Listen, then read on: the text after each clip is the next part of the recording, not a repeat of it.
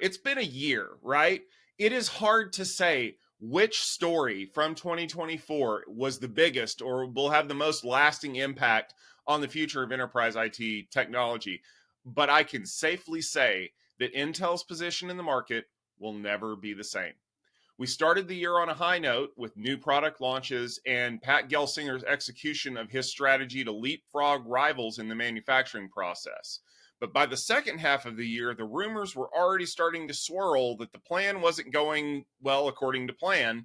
And that all came to a head on the 2nd of December when the company announced the surprise retirement of Pat Gelsinger and all of the associated fallout that came along with that. Stephen, talk us through what happened and how we ended up where we're at right now. Well, it's been a long and complicated story, and I feel like we're only halfway there. I was actually going to make a Wicked joke or maybe a Dune joke in here, but we seem to have reached sort of a middle on this story. But where it turns out, well, we just don't know. So back at the beginning of the year, set your Wayback Machines to prior to December, when all of this seemed to be moving according to plan.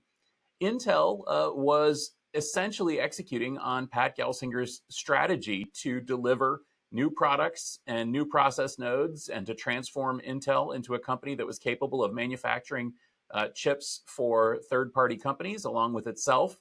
Intel was doing some pretty radical things with their processors. They launched a new line of Xeon SP processors a year ago now, called Emerald Rapids.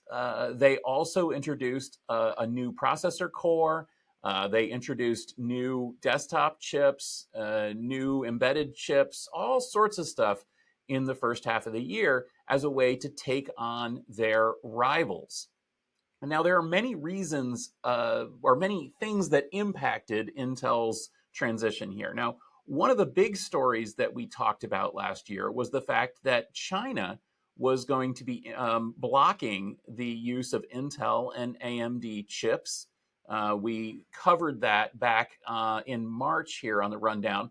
That has actually been another kind of an interesting side note here. If you remember, Intel was active in ARM and Itanium and other non-x86 chips for a while, but really got out of that and focused on this x86 market facing off against AMD. But China is really focusing in on RISC-V and trying to become independent for reasons that we're going to talk about later in the show.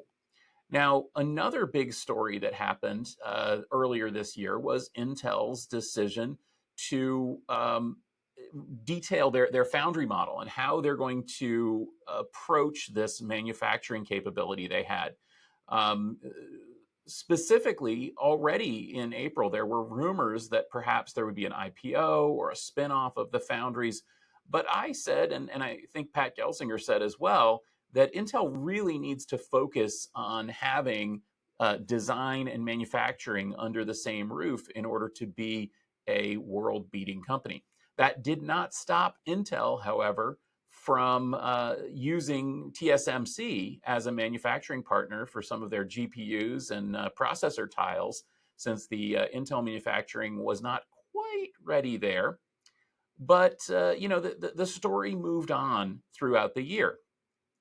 In June, we reported that Intel was going to be working on that their semiconductor plant in Israel might not go forward. But we speculated at the time that that was because they were going to be focusing on using the CHIPS Act funding to get their plant right here in Ohio up to speed.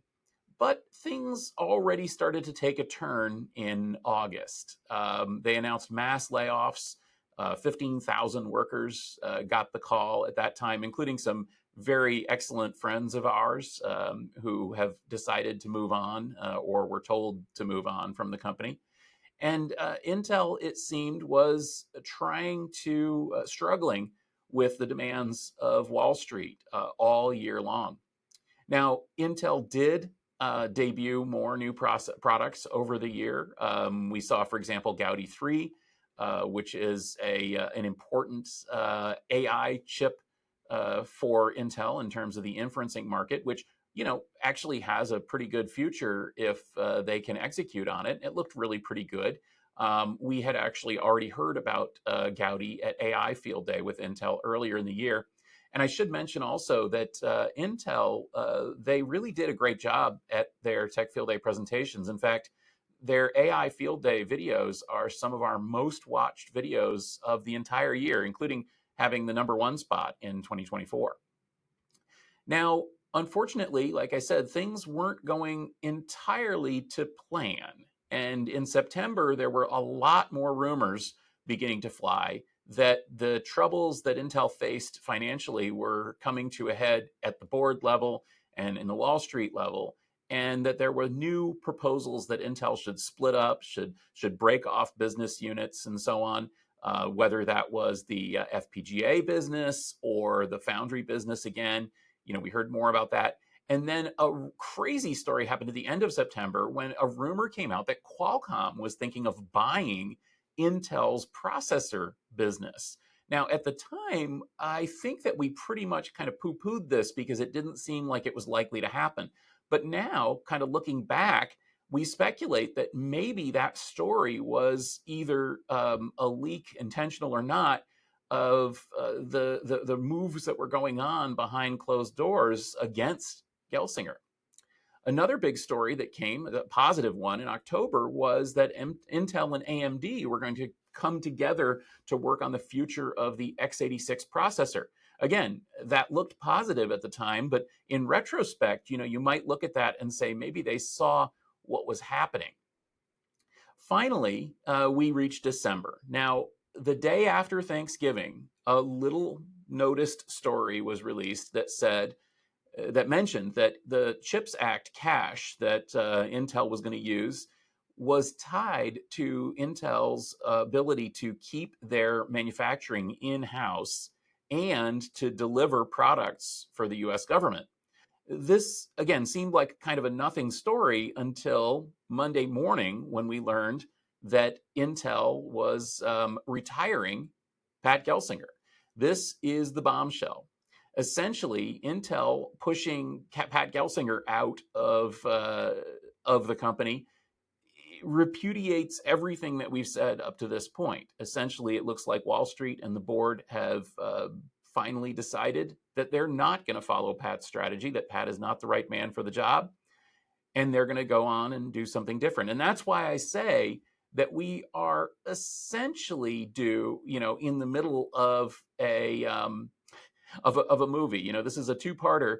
Alphaba just flew out the window, and we don't exactly know what's going to happen next. So that's where we stand. We'll certainly be watching this Intel story as 2024 goes on.